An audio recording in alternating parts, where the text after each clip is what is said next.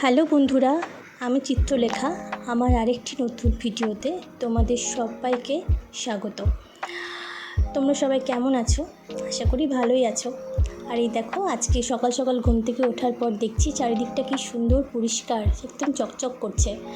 তারপর দেখলাম একটু একটু মেঘটা সরে হালকা করে সূর্যি মামা উঠেছে, কিন্তু সেটা কতক্ষণের জন্যই বা। তারপর আবার যেমনকার তেমন আবার বৃষ্টি শুরু হলো। আর এই দেখো, গাছগুলো বৃষ্টির জল পেয়ে কী সুন্দর সতেজ হয়ে উঠেছে না? এইগুলোকে সারাদিনে এক দুবার করে না দেখলে আমার মনটা ভালো লাগে না। বাইরে বেরোতে না পারলেও একবার করে জানলার দিকে উঁকি মেরে দেখতেই হয়। তারপর এই দেখো, চারিদিকটা কি সুন্দর লাগছে। একটু একটু রোদ উঠেছিল তাই। তারপরে দুপুরের কি রান্নাবান্না হবে সেসব প্রিপারেশন নিচ্ছিলাম। এই যে ফ্রিজ থেকে কালকে সে দেখিয়েছিলাম না, চিংড়ি মাছটা ধুয়ে রেখেছিলাম, ওটাই আজকে রান্না হবে। ওটা বের করে রাখলাম। তারপরে ব্রেকফাস্টের জন্য কি হবে সেসব, তারপর দুপুরবেলায় লাঞ্চের মেনুতে কি হবে সেই সব ঠিকঠাক হওয়ার পর ব্রেকফাস্টে ঠিক হলো যে রুটি, পটল ভাজা, বেগুন ভাজা এইসবগুলোই খাওয়া হবে। তারপর পটল বেগুন সব কেটে তারপর কাঁকরোলগুলোকেও কেটে নিলাম একবারেই দুপুরের জন্য, যদিও ওটা দেখি দুপুরের মেনুতে আর কি হয়। তারপর সেটাও ঠিক হবে, তখন ওগুলো মামনি মনে হয় কেটে দেবে। তারপরে দেখো, পটল কাঁকরোল বেগুন সবগুলো আমার কাটা হয়ে গেছে। কেটে ধুয়ে পরিষ্কার করে নিয়ে তারপর নুন হলুদ মাখিয়ে রেখে দিয়েছিলাম। তারপর কড়াই বসিয়ে একটু একটু করে একটা একটা করে সবগুলো ভেজে নিলাম। এই যে মা বলে শুনেছি, ঠান্ডার তেলে মানে তেলটা বেশি গরম হওয়ার আগেই যদি বেগুনগুলো দেওয়া যায় তাহলে বেগুন বেশি তেল টানে না। সেই জন্যই আমি তেল গরম হওয়ার আগেই বেগুনগুলো ভাজতে শুরু করলাম। এই যে বেগুনগুলো ভাজা হচ্ছে, আস্তে আস্তে উল্টে পাল্টে নিচ্ছি। আর একবার করে বাইরে গিয়ে গিয়ে দেখছি সবাই কী করছে না করছে। আর আমাদের বাড়িতে একজন এসেছে, কে বলো তো? সেটা একটু পরেই তোমাদের দেখাবো। তার সাথেই মামনি বসে বসে গল্প করছে, দাঁড়াও তোমাদেরকেও দেখাবো। ভীষণ মজার মানুষ কিন্তু, আর ভীষণ ভালো মানুষ। তোমাদের সাথে নিশ্চয়ই পরিচয় করে দেবো অন্য কোনো ভিডিওতে। তারপরে দেখো, বেগুনগুলো ভাজা হয়ে গেল। তারপর পটলগুলোও ভেজে নিলাম। ভেজে তারপরে এগুলো ভাজা হয়ে গেলে তুলে নিয়ে তারপর কাঁকরোলগুলো যেগুলো ছিল, মানে যেগুলোকে ঘি করলা বলে অনেকে, সেগুলো একেবারে বসিয়ে দেবো। তারপর সেগুলো দিয়ে পরে কড়াইয়ে একটু করে নাড়াচাড়া করে নিয়ে, হলুদ তো আগে থেকে মাখানোই ছিল, ঢাকা দিয়ে দিলাম। তারপরে হাজব্যান্ডকে ব্রেকফাস্ট দিয়ে দেবো। এই যে রুটি, বেগুন ভাজা, পটল ভাজা দিয়ে দিলাম। আর একটা কাঁচা লঙ্কা খাই খুব, ওকে দিয়ে তারপরে ও খাচ্ছিল। তারপরে এই যে রবিবার, আজকে তো কাজ নেই, উইকেন্ড, তাই জন্য এই যে বেরোলো আড্ডা দিতে। এই যে চলে গেল। তারপর ওকে টাটা করে দিলাম। ওকে টাটা করে দিয়ে আবার চলে এলাম ঘরের ভিতর। দেখছিলাম কি হচ্ছে। এই যে বলছিলাম না, একজন এসছে, ওই দেখো পিসে মশাই, খুব মজার মানুষ, খুব ভালো মানুষ। মামনির সাথে বসে বসে গল্প করছে, আর মামনি এদিকে সবজিগুলো কেটে নিচ্ছে। আর এদিকে আমার কাঁকরোল ভাজাও হয়ে গেল। কাঁকরোল তুলে নিয়ে তারপর বাপি বাড়ি এসেছিলো, বাজারে গেছিলো বাপি বাড়ি এলো। বাপিকে ব্রেকফাস্ট দিলাম। বাপি এক্সট্রা কলা আর গাজর নিয়েছে, বাকি সবই একই। আর পিসে মশাইয়ের সাথে বসে বসে গল্প করছে, ব্রেকফাস্টটা কমপ্লিট করছে।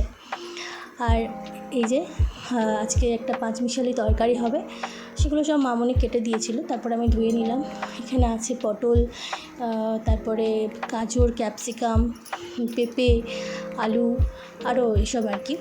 তারপরে এই পাঁচমিশালি তরকারিটা খাওয়া শরীরের জন্যও ভালো। তারপর কুমড়ো ছিল এতে।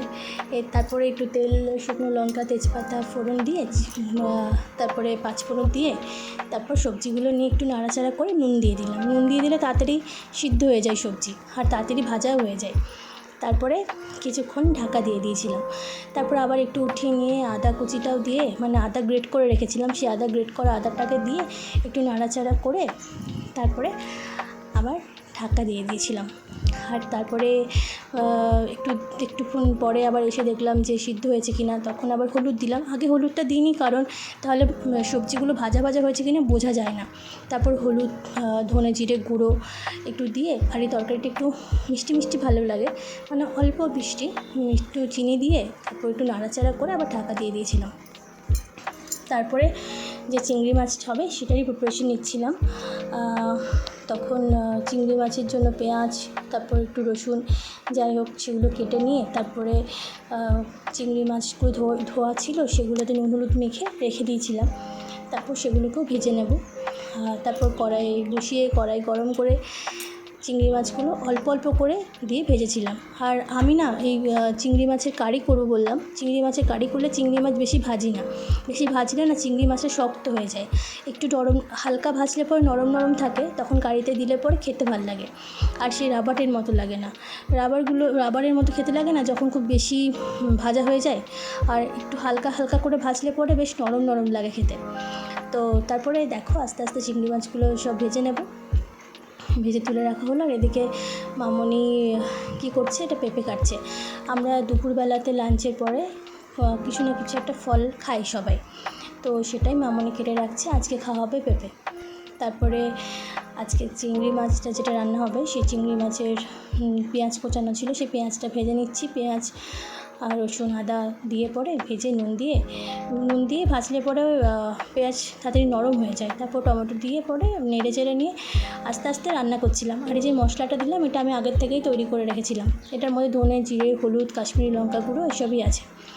তারপরে মশলাটার বাটিটা ধুয়ে পরে একটু জল দিয়ে একটু মশলাটা কষিয়ে নিয়ে তারপরে একটু নাড়াচাড়া করে জল দিয়ে দিয়েছিলাম। জল দিয়ে পরে জলটা যখন ফুটে উঠবে তখন চিংড়ি মাছগুলো দিয়ে দিতে হবে। দেখো চিংড়ি মাছগুলো দিয়ে দিলাম।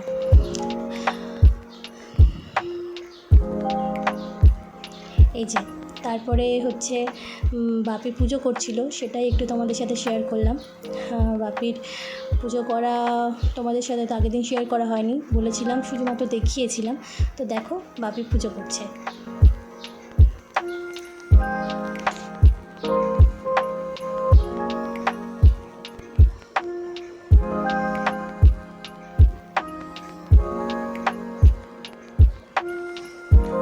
আর এই যে এদিকে আমার চিংড়ি মাছ রান্নার রেডি। তারপরে আমি উপরে এসে স্নান টান সেরে নিয়ে এই যে একদম পরিষ্কার হয়ে নিয়ে তারপরে এই যে ক্রিম মেখে চুল আঁচড়ে নিয়ে তারপরে খেতে যাব। আর আজকে রান্না হতে খুব একটা দেরি হয়নি, তাড়াতাড়ি হয়ে গেছিলো, কিন্তু ভিডিওটা আপলোড করতে একটু দেরি হয়ে গেল, কারণ বাইরে খুব মেঘ ডাকছিল। আর তখন ফোনে হাত দিতেও ভয় লাগছিলো, আর ফোনে চার্জও ছিল না, ফোনে চার্জও দেওয়া হয়নি, ওই জন্য একটু দেরি হলো। তারপরে যে চুল আঁচড়ে নিয়ে, আর আমার চুল এত কাটলি না, আঁচড়াতে খুব টাইম লাগে, একটু চুল আঁচড়ে নিলাম। তারপরে এরপর নিচে যাব, নিচে তো খাওয়ার প্রিপারেশন নিতে হবে, হয়তো মামনি বসেওছে। এই যে আস্তে আস্তে হয়ে গেল, চুলে সিরাম টিরাম সব লাগিয়ে নিয়ে চুল আঁচড়ে নিয়ে এবার নিচে যাব।